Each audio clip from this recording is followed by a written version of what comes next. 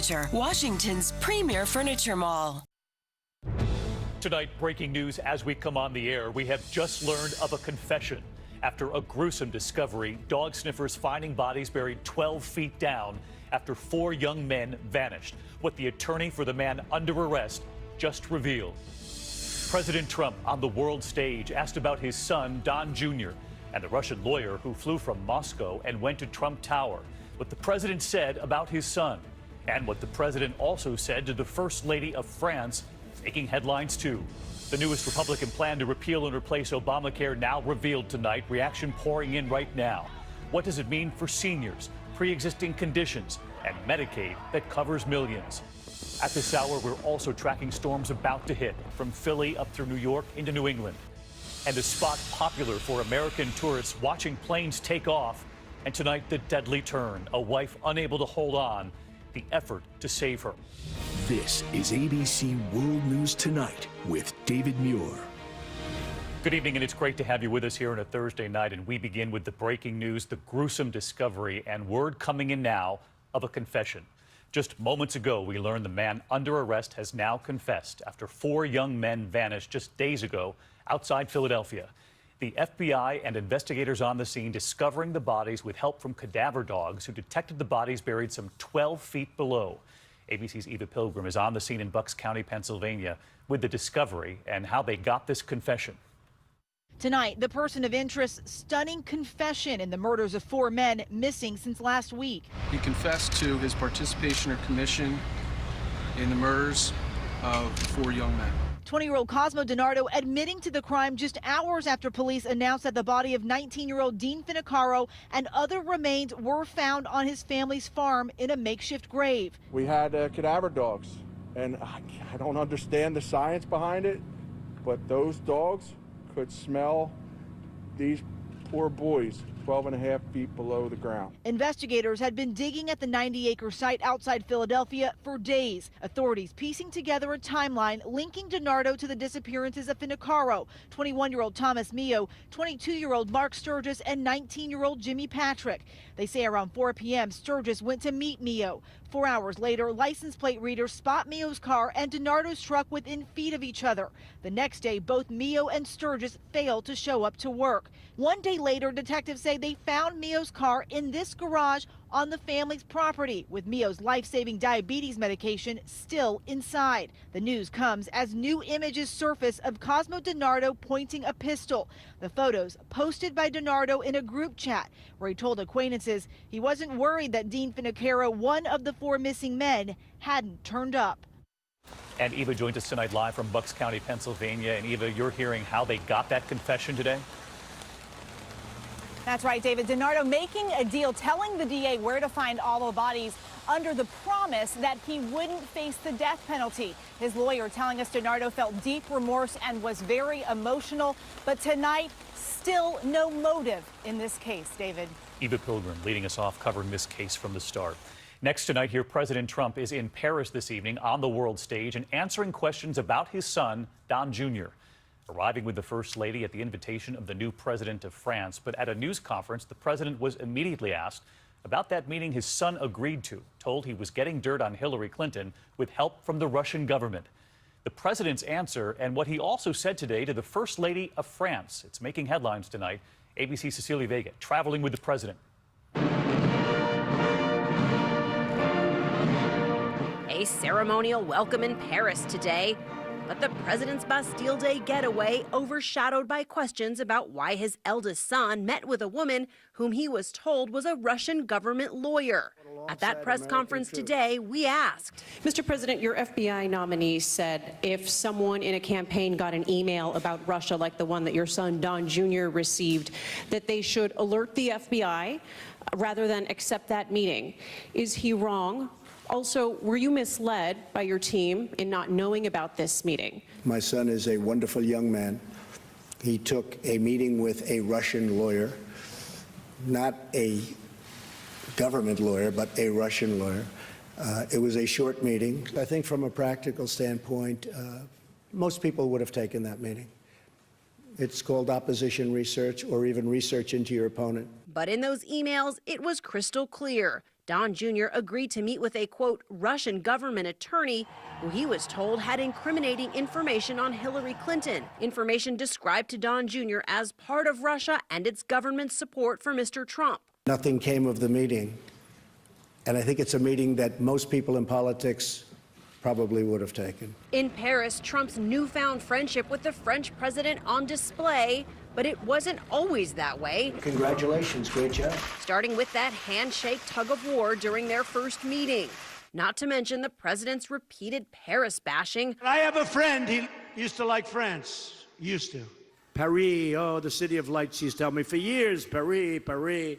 And I said, Jim, let me ask you a question. How's Paris doing? Paris?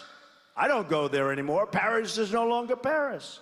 Today, the French press pounced. You've mentioned a friend, Jim. We told you that Paris is no longer Paris. You were implying at the time that Paris was not safe anymore. Those are very strong words. Would you repeat them today? You better let me answer that one first. That's a beauty.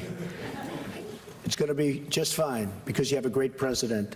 You have somebody that's going to run this country right, and I'm coming back.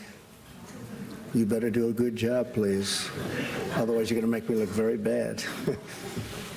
In fact, the president dished out the compliments today during a tour of Les Invalides, the site of Napoleon's tomb, President Trump remarking on the French First Lady's figure.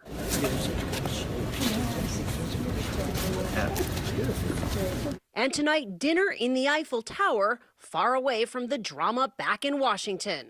And Cecilia Vega joins us from Paris. And Cecilia, the president answering your question there about his son and that meeting with a Russian lawyer. And tonight, back here in the U.S., a top Republican senator now says he wants Don Jr. to testify as early as next week. Chuck Grassley on the Senate Judiciary Committee, David, says he wants to hear from Don Jr. Don Jr. has said he would be willing to testify if asked. And David, we now know his father feels the same way, saying if Don Jr. wants to testify, he should. David. Cecilia Vega from Paris tonight. Cecilia, thank you. Meantime, to major developments on Capitol Hill tonight. The new Republican plan to repeal and replace Obamacare. But how would it affect seniors in this country?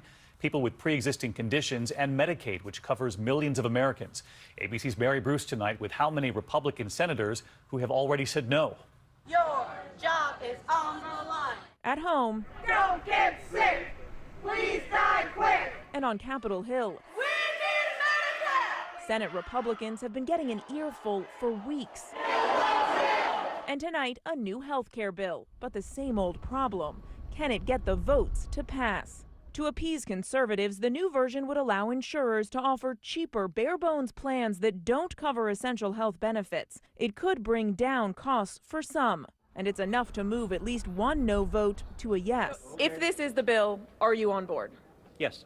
But critics worry Americans that need the most care, like people with pre-existing conditions, could end up paying a lot more. Under this bill, so could seniors. It also leaves in place those deep cuts to Medicaid, initially projected to be nearly $800 billion. We're talking about the health infrastructure in rural America and some of our most vulnerable citizens. To try and sway other moderates, the new version keeps 2 Obamacare taxes on the wealthy, includes $70 billion that could be used to help reduce premiums, and adds $45 billion to fight the opioid epidemic. But right now, 2 Republicans say they're voting no. Just one more no vote would sink the bill. And President Trump is warning that can't happen. I will be very angry about it, and a lot of people will be very upset. But I'm sitting waiting for that bill to come to my desk. Mary Bruce with us live from the Hill tonight. And Mary, this new plan still hasn't been scored, as they say in Washington, meaning we don't know how many more Americans could be uninsured under this bill or its real impact on their premiums. What's the timeline for the scoring? David, we expect to get that fuller picture from the Congressional Budget Office on Monday. GOP leaders say they want to move to a vote next week, but tonight it's unclear if they will have the votes to even have that vote. Just one more no, and Republicans' signature promise to repeal and replace Obamacare will once again be out of reach. David. Mary Bruce live on the Hill. Mary, thank you. We do have new reporting tonight on that young American attacked and killed in Greece. Bail hearings for more suspects tonight. Bakari Henderson celebrating his college graduation. He was vacationing on a Greek island with friends. Surveillance video showing him being chased and then beaten by a mob. Police say as many as 15 people may have been involved. 9 have already been charged. Next to the severe storms hitting at this hour from Philadelphia to New York up into New England, already a state of emergency in Wisconsin. Flash flooding and rivers at record levels there. The National Guard called in. Roads underwater across several states after half a foot of rain. ABC's Alex Perez from the storm zone tonight. Tonight, drivers caught in flash floods from Ohio to New York. In Buffalo, firefighters pushing this car to dry land. We're coming upon them and pushing them out, but we're trying to cut off everything right now. Parts of the Midwest reeling. Half a foot of rain in just hours Wednesday north of Chicago. Floodwaters busting through a basement window, racing into this Wisconsin home. The governor declaring a state of emergency on scene today. For something this big, it's remarkable that not only is there not a fatality, but that there hasn't been serious injury. Across the border in Gurnee, Illinois, floodwaters rising, fish swimming in the streets. Residents racing to fill sandbags to protect their town from what could be record flooding. More than 100 homes and businesses already damaged. And David, here in Burlington, Wisconsin, residents are desperate for the water to recede. Take a look from above. With help from our drone, you can see in some areas the streets and the river have become one, and the river here expected to be at major flood stage through Saturday. David? Still rising through Saturday. All right, Alex, our thanks to you. Let's get to meteorologist Rob Marciano tracking it all for us tonight as these storms are on the move. Hey, Rob. Hey, David, here in New York, we've been surrounded by strong thunderstorms all afternoon. Take a look at the radar. Some damaging storms now moving out of Connecticut. Heavy thunderstorms north of Philadelphia and New Jersey. And in some cases, record heat fueling these storms and high humidity really just piling onto that flood threat, especially in Ohio and western New York. We got this front that's finally going to be on the move tomorrow. That means another round expected. The severe zone being Richmond, D.C. and the Delmarva Peninsula. Thereafter looks to be quieter and much cooler weather for the Northeast this weekend. David? All right, Rob, tough weather, but always great to have you. In the meantime, next tonight to what the Justice Department is calling the biggest healthcare fraud takedown in U.S. history. Much of it focused on opioid abuse. 412 people arrested across the country, including 56 doctors, 120 of them for opioid-related crimes. The suspects billing the government $1.3 billion in false claims. Attorney General Jeff Sessions blasting the suspects for fueling the country's opioid crisis, which takes 33,000 lives every year. We turn next here this evening to an American family looking for answers after the death of their daughter while they were all on vacation in Mexico. She and her brother were found unconscious in a hotel pool. She later died. Here's ABC senior national correspondent Matt Gutman tonight. Tonight, a family from Wisconsin is seeking answers about their daughter's mysterious death in Mexico. Somebody needs to be held responsible for this.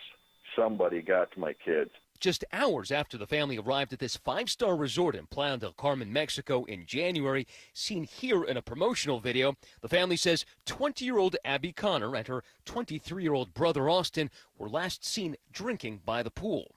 The mother says the two were late to meet her when a hotel staffer told her the children had been found unconscious, face down in the pool. The family says Austin suffered a concussion and that Abby was airlifted to a Florida hospital where she later died. She was healthy, but for some reason, she drowns in a pool, waist deep. It's unbelievable. Tonight, Abby's father, who wasn't on the trip, says his son can't remember how they ended up in the water. Mexican authorities ruling it an accidental drowning. Abby and Austin's blood alcohol level was reportedly 3 times the legal limit in their state. David, the family believes there are witness accounts missing from that Mexican police report. And the biggest question for them, how did both of their kids end up in that pool, incapacitated at the same time? David. Matt Gutman with us tonight. Thank you, Matt. There is still much more out on World News Tonight this Thursday. The popular tourist spot for Americans watching planes take off, taking a deadly turn tonight. A wife who was watching those planes unable to hold on. The desperate effort to save her. There are new developments after that driver rammed into a crowded sidewalk in the middle of Times Square. We'll have new reporting. And take a look at this ATM tonight. The note posted was an urgent plea from a man trapped inside. How did this happen? As we continue. Hi, I'm Paul, and I used to ask if you could hear me now with Verizon, but I switched to Sprint. Hey, are you happy that you switched? Yes, their network reliability is within 1% of Verizon, and their unlimited plan is half what you pay with Verizon for a family of 4. Half? You could save over $1,000 in the first year. They've been ripping us off. Just think what you could do with that money. I'd buy a new set of goggles.